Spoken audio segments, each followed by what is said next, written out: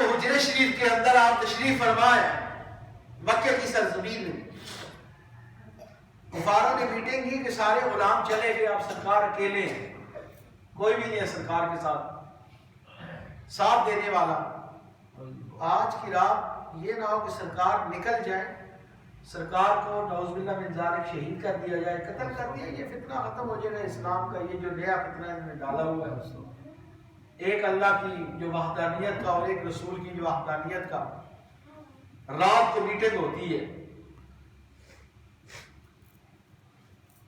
اور ہر قبیلے سے ایک جنگجو آدمی کا انتخاب کیا جاتا ہے اور کمانڈر ان چیف حکم یہ دیتا ہے یک بارگی کے ساتھ حملہ کرنا ہے تاکہ کسی ایک قبیلے پر حرف نہ آئے، کہ کسی ایک قبیلہ اس کی زد میں نہ آئے کہ ایک قبیلے نے مارا ہے، تاکہ وہ کہیں گرفت میں نہ آ جائے.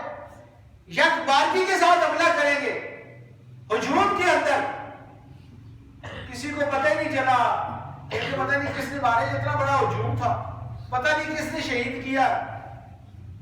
آقا مولا صلی اللہ علیہ وآلہ وسلم رات کے وقت میں آپ نے مولا کائنات علی المرتضیٰ کو بلایا.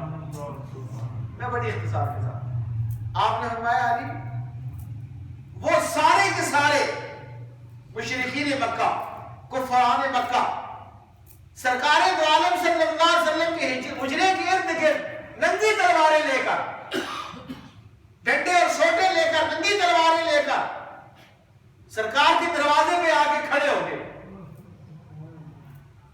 سرکار ارشاد فرماتے ہیں علی یا رسول اللہ میں حاضر ہوں. سرکار ارشاد فرماتے ہیں یہ تلوار اپنی نیام میں رکھ. علی المرتضیٰ نے تلوار نکالی نا، یا رسول اللہ یہ باہر شور ہے، ذرا میں باہر دیکھ نہ لوں، یہ باہر کیسا شور ہے، میں ذرا دیکھ نہ لوں. سرکار نے فرمایا علی شور تو میں بھی سن رہا ہوں لیکن میرا تیرے لیے حکم ہے. علی کو روکنا، یا یار لوگوں کی بات کر رہا ہوں، عشق والوں کی بات کر رہا ہوں، محبت والوں کی. علی کی سیف کو روکنا، علی کی تلوار کو روکنا، نیام میں تلوار کو ڈالنا، یہ بھی میرے نبی کا عظیم معجزہ ہے. ماشاءاللہ. کیا خیال ہے، علی کو روکنا کوئی آسان بات ہے؟ باہر دشمن کھڑا ہے، سرکار فرماتے ہیں علی سرکار فرماتے ہیں علی تو بستر پر لیٹ جا اور یہ چادر کر کے میں باہر جاتا ہوں. یارو بار 100% پتہ ہے بار دشمن کھڑا ہے، کون باہر جاتا ہے؟ علی المرتضیٰ کو روکنا یہ بھی میرے نبی کا معجزہ ہے. سبحان اللہ. یہ بات عام بات نہیں ہے، یہ میرے مصطفیٰ کریم کا معجزہ ہے صلی اللہ علیہ وآلہ وسلم. آپ نے عین اس وقت دروازہ کھولا، نگاہ نبوت اٹھی، اللہ رب العزت نے ٹھنڈی ٹھنڈی ہوا چلائی باہر.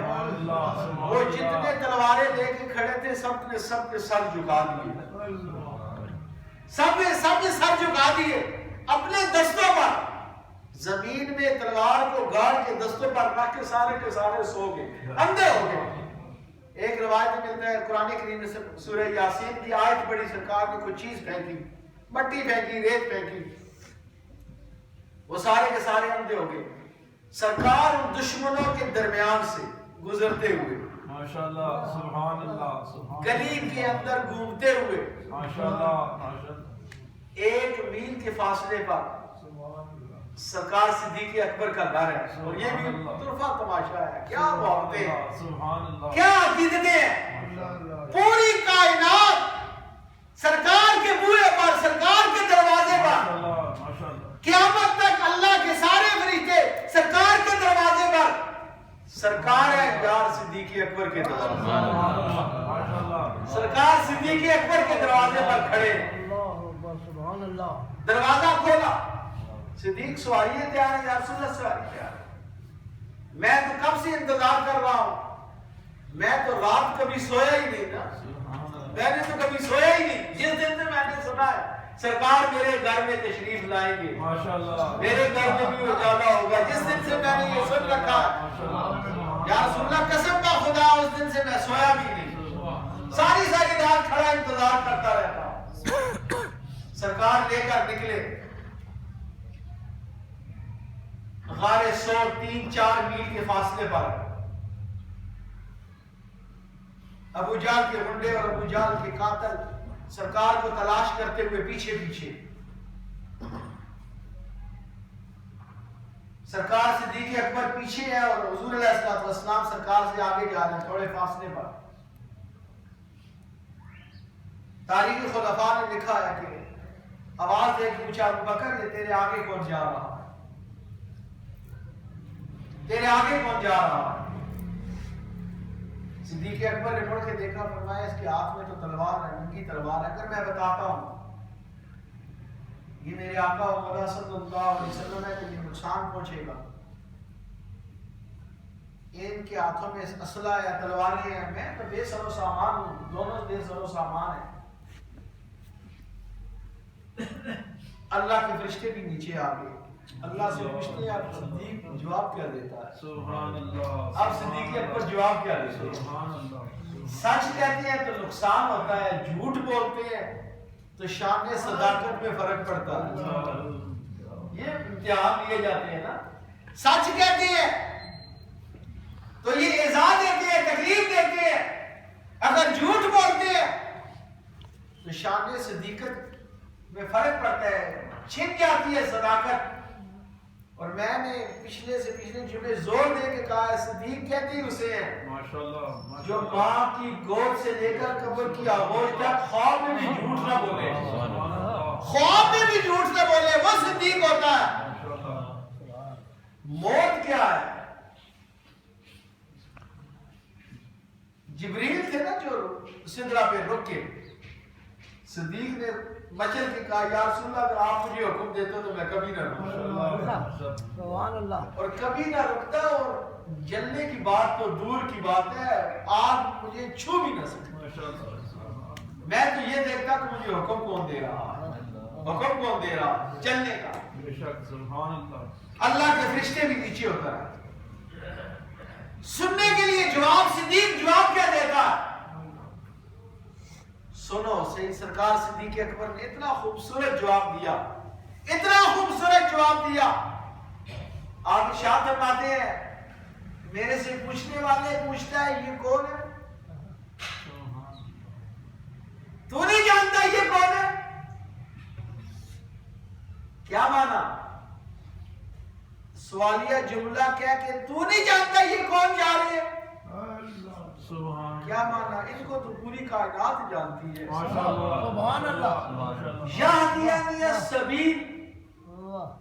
آپ فرماتے ہیں یہ تو مجھے راستہ دکھانے والے ہیں میرے ہادی ہے. سبحان اللہ. یہ میرا راہبر ہے یہ مجھے راستہ دکھانے والے ہیں. وہ سمجھا شاید سرکار صدیق اکبر کو مدینے کا راستہ نہیں پتا انہوں نے بندہ رکھا ہوا ہے راستہ دکھانے والا راہ دکھانے والا. وہ اس کا معنی یہ لیا سرکار صدیق اکبر ارشاد فرماتے ہیں او میرے سے پوچھنے والا یہ تو میرا ہادی جا رہا ہے میرا راہبر جا رہا ہے مجھے راستہ دکھانے والا جا رہا ہے میرے سے پوچھ رہا ہے. یہ تلواریں لے کر پیچھے نکل گئے. غار سور کی پہاڑی ڈلوان پہاڑی ہے بالکل سیدھی کھلی پہاڑی ہے بالکل اس کے اندر کوئی خم نہیں ہے.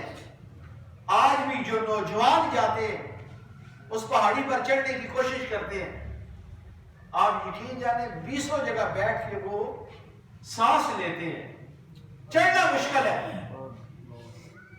اور سرکار آگے آگے ہے اور سرکار صدیق اکبر پیچھے پیچھے جا رہے ہیں. پہاڑی کے وسط میں پہنچے تو عرض کی یا رسول اللہ میری یہ خواہش ہے. کیا خواہش ہے؟ یا رسول اللہ آپ کے پاؤں میں ورم آ رہے ہیں میری یہ خواہش ہے کہ آپ میرے کاندھوں پر سوار ہوں میں آپ کو اٹھا کر غار سور تک لے جاؤں اپنی منزل تک لے جاؤں اوپر تک لے جاؤں قربان جاؤں. سرکار نے درخواست قبول کی سرکار نے درخواست قبول کی. سرکار صدیق اکبر تشریف فرما اور زمین پر نہ حضور علیہ السلام کاندھوں پر سرکار کے قدم سرکار صدیق اکبر کے سینے پر چوم بھی رہے ہوں گے. ظاہر بجداد تو یہی کہتا ہے قدموں وہ چوم بھی رہے ہوں گے اور یہ